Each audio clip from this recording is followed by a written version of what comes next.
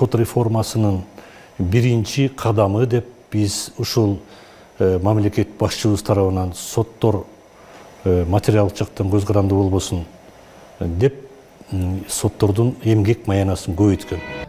Бул видеонун чыкканына 10 эле күн болду. Анда жогорку соттун төрагасы Замирбек Базарбеков сотторго карата мамлекеттин камкоордугу чоң экендигин айткан.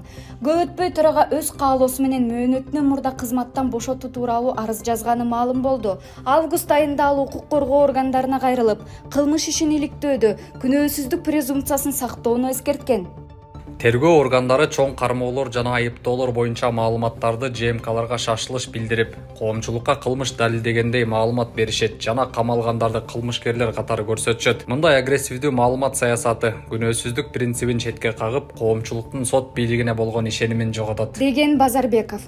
Базарбековдун арызын 9 октябрда жогорку кеңеш карап, көпчүлүк добуш